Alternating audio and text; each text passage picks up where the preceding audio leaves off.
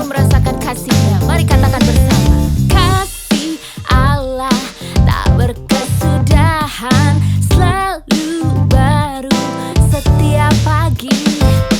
Rahmat-Nya pun tak pernah berakhir seumur hidupku.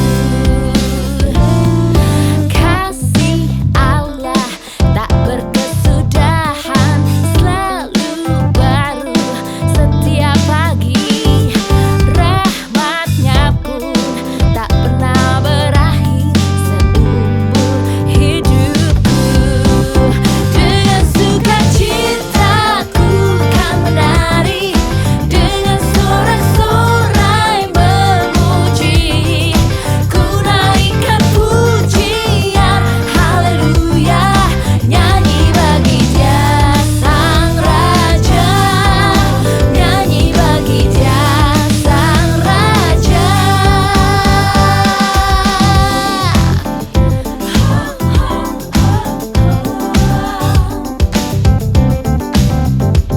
Mari kembali katakan. Kasih Allah tak berkesudahan, selalu baru setiap pagi. Rahmat-Nya pun tak pernah berakhir seumur hidupku. Dengan sukacitaku kan menari, dengan sorak-sorai memuji. Ku naikkan pujian, haleluya, nyanyi bagi Dia Sang Raja. Oh, nyanyi bagi Dia Sang Raja. Dengan sukacitaku kan menari, dengan sorak-sorai memuji. Ku naikkan pujian, haleluya, nyanyi bagi Dia Sang Raja, nyanyi bagi Dia Sang Raja. Sukacitaku kan menari, dengan sorak-sorai memuji. Ku naikkan pujian, haleluya, nyanyi bagi Dia Sang Raja, nyanyi bagi Dia Sang Raja. Sukacitaku kan menari, dengan sorak-sorai memuji. Ku naikkan pujian, haleluya, nyanyi bagi Dia Sang Raja, nyanyi bagi Dia Sang Raja. Dengan sukacitaku kan menari, dengan sorak-sorai memuji. Ku naikkan pujian, haleluya, oh Sang Raja, nyanyi bagi Dia Sang Raja, nyanyi bagi Dia Sang Raja, nyanyi bagi Dia Sang Raja. Selamanya.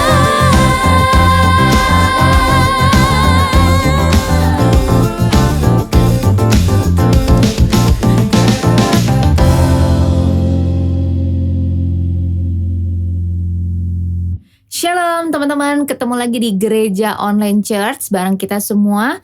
Seneng banget hari ini kita boleh kembali bersama-sama memuji Tuhan, menyembah Tuhan bersama-sama. Dan teman-teman, kita semua berharap bahwa teman-teman dalam keadaan yang baik, dalam keadaan yang sehat. Apapun yang teman-teman hadapi hari ini, dan mungkin teman-teman sedang dalam pergumulan, teman-teman ingin didoakan, sekali lagi teman-teman jangan ragu untuk isi kolom chat. Dan juga teman-teman bisa klik the prayer button. Atau jika teman-teman ingin dilayani secara private, teman-teman bisa DM ke Instagram kita, Gereja Online Church. Nanti akan ada hamba-hamba Tuhan yang akan melayani teman-teman semua. Oke teman-teman, saatnya kita mau kembali menyembah Tuhan bersama-sama, mempersiapkan hati kita untuk mendengarkan firman Tuhan. Mari teman-teman, kita naikkan pujian bersama. Ada mukjizat di di dalam bersyukur.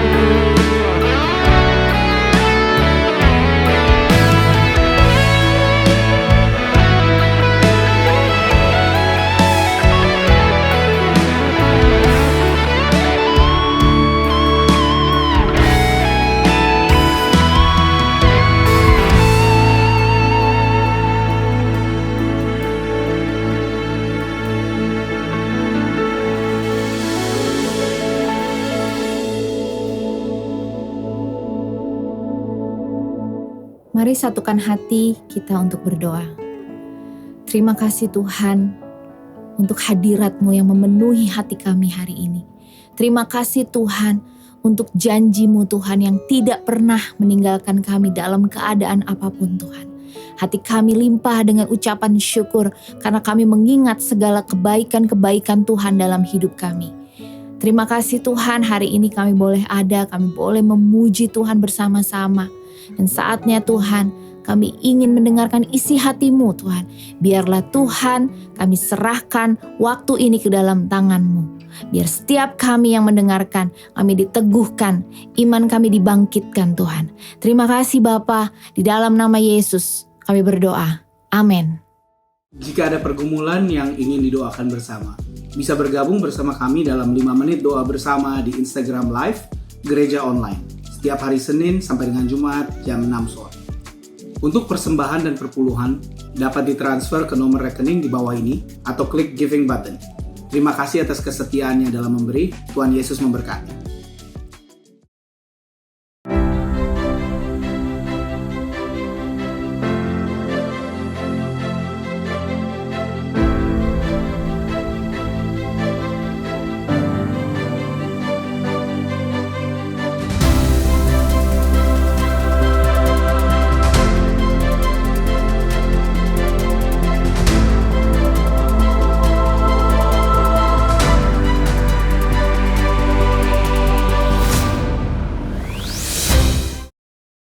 Guys, 2 minggu terakhir ini sejak PPKM itu berat banget.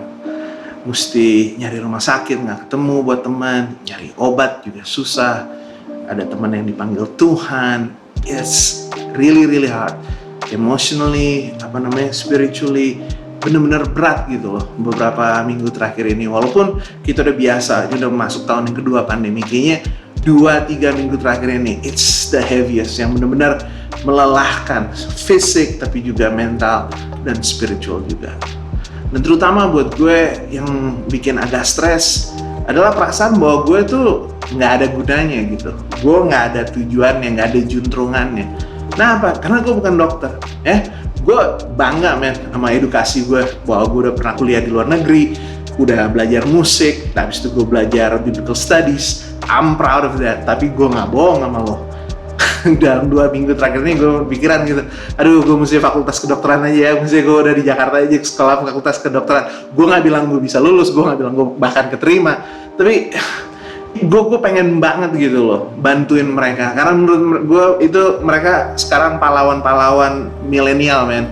Gila banget tuh orang-orang di zaman ini, mereka tuh pahlawan kita. Kayak kakek nenek kita tahun 45, these are our new heroes. Mereka pergi setiap hari, ya kan? Ke rumah sakit, ke klinik, ke puskesmas. Mereka tahu kalau misalnya tenaga kesehatan ini, mereka bukan cuma mereka bisa sakit dan bukan cuma mereka bisa mati, tapi keluarga mereka bisa tertular, bisa sakit, bisa meninggal juga. Tapi mereka tetap pergi karena mereka tahu bahwa ini pertarungan mereka, bahwa ini yang harus mereka lakukan kalau negara ini mau sembuh. Ya, dan guys, bukan cuma masalah kita ngomongin dokter nih, gue sampai sempet berpikir loh, nggak lama, cuma sedetik kayak gitu, coba sebentar gitu, gue sempet kepikiran apa gue mesti masuk partai ya, jadi politisi. Kenapa? Karena kan peperangannya nggak cuma di rumah sakit sama di puskesmas, tapi kan juga ya di istana, di kantor DPR, di kantor MPR. Karena keputusan-keputusan yang diambil di tempat-tempat ini itu banyak dan besar banget pengaruhnya untuk kehidupan dan kesehatan orang-orang yang ada di seluruh Indonesia. Ya kan? Dan tentunya PNS, tentara, militer, mereka lah yang jatuh-jatuhnya harus menerapkan ini. Dan mudah-mudahan kalau misalnya peraturan yang diikuti, kalau misal hukumnya itu diterapkan, orang-orang mengikutinya, dan kita bisa melalui pandemi ini dengan selamat. Ya, jadi gue serius man, nggak pernah seumur-umur berasa useless kayak gini gitu loh. Bener-bener merasa kayak, man, gue ngapain nih kayak di sini? Orang-orang di luar sana, you know, they think, they go to work, mereka bertarung, mereka mencoba mencari jalan keluar yang terbaik, mereka jaga warga ini, terus gue ngapain gitu di rumah? Akhirnya itu yang ingetin gue, bahwa betul, karena panggilan mereka, karena pendidikan mereka lagi bertarung di situ. Tapi bukan berarti kita di rumah, kita diam-diam aja. Karena pertarungan kita bukan di luar sana, tapi pertarungan kita ada di dalam sini.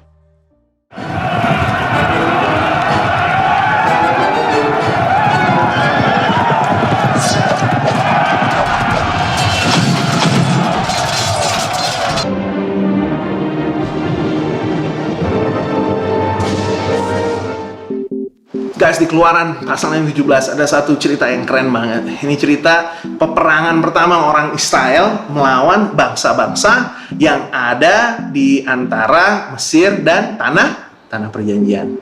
Nah, masalahnya begini guys. Dari seluruh Bani Israel itu, dari seluruh jemaat Israel tersebut, tidak ada satu orang pun yang tahu bagaimana untuk berperang. Sorry, bukan tidak ada satu orang pun, cuma satu orang yang tahu bagaimana untuk berperang. Coba kita pikir dulu, mereka itu siapa sih? Mereka itu orang Israel. Tadinya mereka ngapain? Mereka kan budak. Ada di situ yang pernah mikir kalau misalnya budak diajarin, oke guys, ini caranya manah gini ya. Oke guys, ini caranya megang pedang kayak gini. Ya enggak lah, yang namanya budak ya nyuci piring, ya kan? Ya nanam padi, beres-beres di rumah, beresin kamar mandi. Itu kerjaannya budak. Mereka nggak diajarkan untuk berperang. Kecuali satu orang, Nabi Musa. Kenapa? Karena walaupun dia orang Ibrani, walaupun dia orang Israel, he was the prince of Egypt. Dia itu diadopsi oleh orang berdarah biru di kerajaan Mesir. Karena itu dia dididik sebagai salah satu pangeran-pangeran, sebagai orang berdarah biru di tanah Mesir. Jadi sekali lagi, yang lain nggak ada yang tahu bagaimana harus berperang, bagaimana taktik-taktik militer, bagaimana harus memegang senjata, dan juga bagaimana membunuh orang yang mencoba membunuh mereka. Ya, kecuali satu orang, Musa. Tapi tahu nggak, Musa, waktu dia tahu bahwa akan terjadi peperangan, dia nggak maju ke depan, dia nggak ada di tenda tulis taktik, dia nggak ada di situ pisah-pisahin, oke nanti lo kesini, nanti lo begitu, nggak, dia nggak ngatur-ngatur, dia nggak maju berperang. Tapi dia ngapain? Dia bilang apa? Gue tunjuk lo, ini senjata, lo maju berperang untuk umat Israel. Gue akan berperang, lo berperang di sini, gue berperang di sana. Dan dia cari tempat yang paling tinggi. Di situ dia bisa lihat orang yang mulai menyerbu, orang-orang Amalek datang dari sana. Dia bisa lihat di situ orang-orang Israel masuk dari situ, dan di situ mereka berperang. Dan di situ dia angkat di satu tangan, dia pegang staff, dia pegang tongkat, otoritas yang diberikan oleh Tuhannya orang Israel. Tanda bahwa mereka adalah umat pilihan Tuhan. Tanda bahwa Tuhan adalah juru selamat mereka. Tanda bahwa Tuhan mendengarkan mereka. Satu lagi diangkat untuk berdoa supaya orang-orang Israel boleh menang melawan musuh yang lebih hebat ini. Guys, jujur aja sih ya, kalau misalnya lo baca Exodus 17, Keluaran 17, di situ gak dibilang kalau Musa itu angkat tangan untuk berdoa. Tapi gue mau tanya, kira-kira dia ngapain? Kira-kira apakah dia lagi main sudoku gitu di kepalanya? Ya kan? Apakah dia lagi ngebayangin besok gue makan apa? Enggak lah. Waktu dia angkat tangannya, dia berdoa dan berseru kepada Tuhan untuk membela mereka yang berperang di medan perang yang di sana. Ya, di situ mereka bertarung, dan di situ juga Musa bertarung. Dia angkat tangannya, dan ketika dia angkat tangannya, momentum di bawah berubah. Ya, sekali lagi, ya ini yang betul-betul dahsyat. Momentum peperangan tersebut pindah dari antara orang Amalek sampai ke orang Israel. Bagaimana? Waktu orang Israel lagi nggak capek, orang Israelnya yang lagi jagoan, atau di situ ada kejutan dan sebagainya? Enggak. Mereka menang waktu tangannya Musa terangkat dan dia berdoa. Guys, sekali lagi, kita nggak semuanya dipanggil untuk berperang di sana. Banyakan dari kita nggak dokter, kita nggak punya kuasa dan otoritas di kabupaten, di kota Madia, dan juga apalagi di nasional Republik Indonesia. Iya nggak sih? Tapi tahu apa yang kita punya? Kita punya urapan dan kita punya otoritas yang sama yang Musa miliki. Sama seperti Musa, kita adalah nabi-nabinya Tuhan. Kita nabi perjanjian baru. Jadi otoritas untuk berbicara di dalam nama Tuhan Yesus Kristus, Tuhan semesta alam, Tuhan pencipta langit dan bumi. Musa punya, kita punya juga. Dan kita juga apa? Kita adalah imam-imam yang rajani. We're the royal priesthood. Kita bisa angkat tangan kita dan kita berdoa untuk bangsa kita. Sama seperti imam-imam zaman dulu. Mereka berdoa untuk orang-orang Israel. Kita angkat tangan kita untuk berdoa demi umat-umat Tuhan di Indonesia.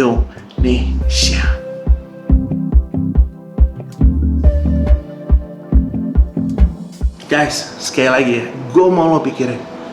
Musa itu dia bisa berperang, dia bisa pakai senjata, tapi dia pilih untuk bertarung bukan di medan perang seperti itu, tapi di peperangan rohani, lewat doa dan lewat otoritas yang dia sudah terima daripada Tuhan. Kenapa? Karena dia percaya bahwa doa orang benar besar kuasanya. Sekali lagi, doa orang benar besar kuasanya. Dia percaya walaupun gue bisa berperang, walaupun gue bisa pegang senjata, walaupun gue punya taktik-taktik untuk memenangkan tentara gue di medan perang, yang paling dahsyat yang gue bisa lakukan, karena gue juga bukan cuma seorang kapten, bukan cuma pemimpin militer, tapi karena gue adalah nabinya Tuhan semesta alam. The biggest power I have, the biggest authority I have, otoritas dan kuasa yang paling hebat yang aku punya adalah kuasa untuk mengangkat tangan dan berdoa dan minta Tuhan untuk bertindak. Itu dia percaya. Karena kalau dia nggak percaya, dia maju. Dia ambil pedang, dia maju.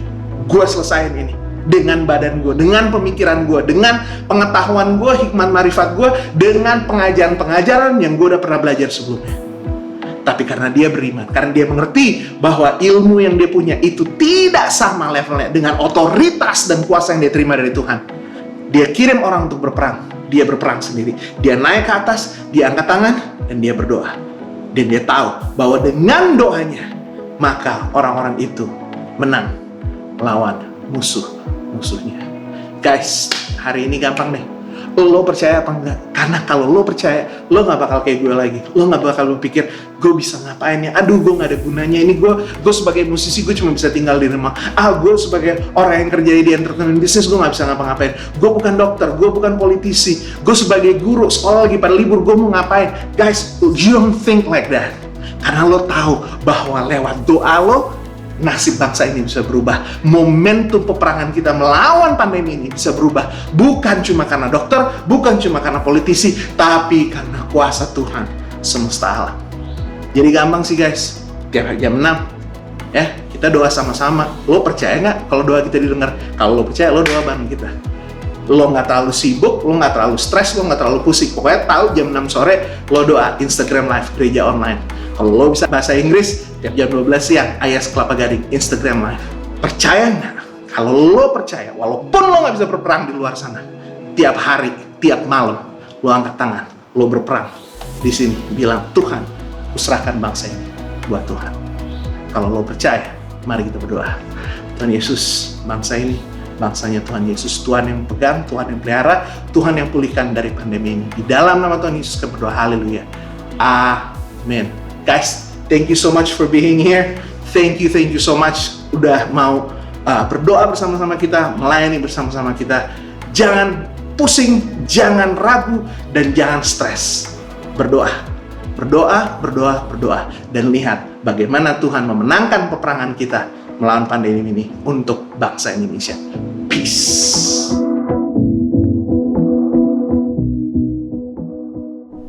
Selamat hari Minggu semuanya. Buat teman-teman yang merasa diberkati lewat pelayanan kami hari ini, teman-teman boleh juga ambil bagian untuk jadi berkat. Bisa transfer di rekening di bawah ini. Dan juga buat teman-teman, tolong juga boleh komen, like, and subscribe semua media sosial yang ada. Dan juga teman-teman ditunggu kembali untuk bergabung minggu depan bersama dengan kami. Tuhan Yesus memberkati.